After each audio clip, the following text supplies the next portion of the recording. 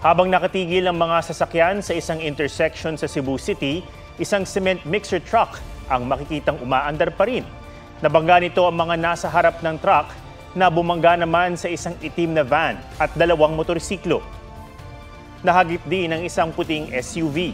Dalawa ang sugatan. Base sa investigasyon, hindi raw gumana ang preno ng cement mixer truck. Arestado ang isang Chinese national na nagnanakaw ng impormasyon ng kumpanyang pinagtatrabahuan niya. Dahil dito, nagawa niyang mapalitan ang laman ng parcel ng mga buyer bago ito i-deliver. May report si June Veneracion.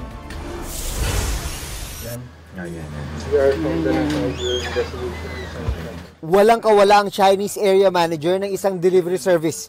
Kasunod ng reklamo ng pinagtatrabahuan niyang kumpanya. He has been stealing company information to actually to get hold of the customer's information. Then from there, he actually had some bogus activities to actually scam the public.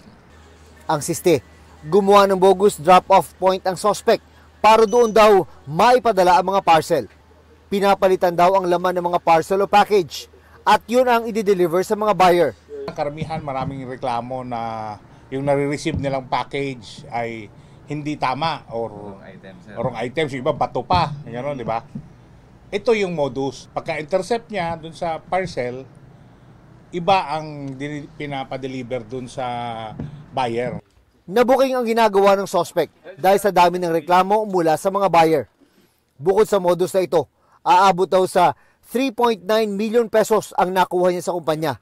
Patong-patong na kaso ang sasampal laban sa suspect, kabilang ang qualified theft at money laundering. Do you have anything to say, sir? Nothing. Nothing to say. Okay. Nothing? Yeah.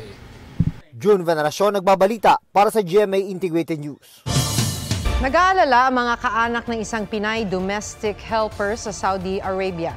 Kalahating taon na raw kasing hindi nila makontak ang OFW na pinagsilosan umano ng kanyang amo. May report si Paul Hernandez ng GMA Regional TV Balitang Southern Tagalog. July 2023 nang bumiyahe pa Saudi ang 38 anyos na si Divina Yap para magtrabaho bilang domestic helper. Di akalain ng kanyang pamilya na ang paghahangad ni Divina ng magandang buhay mauuwi sa problema.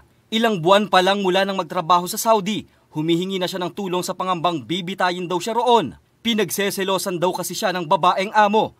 Binibigay sa kanya ng rekta ng lalaking pagkain. Hindi dinadaan sa asawa kasi nga tulog pa yung asawa. Pag nadating, baka yun ang kinagagalit ng babae. Mula Nobyembre noong nakaraang taon, hindi na makontak si Divina.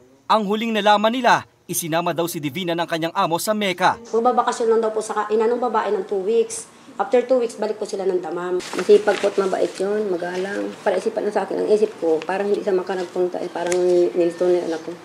Sa estimate ko lang, parang kung saan na dinala yun. Nakipag-ugnayan na sila sa agency ni Divina. Nitong huli po, na alam nila nagagalit na kami, sinasagot na po. Inaasikaso naman daw po nila, hindi naman daw po nila pinababayaan. Hininga namin ng pahayag ang agency ni Divina pero hindi pa sila sumasagot sa aming mga text at tawag.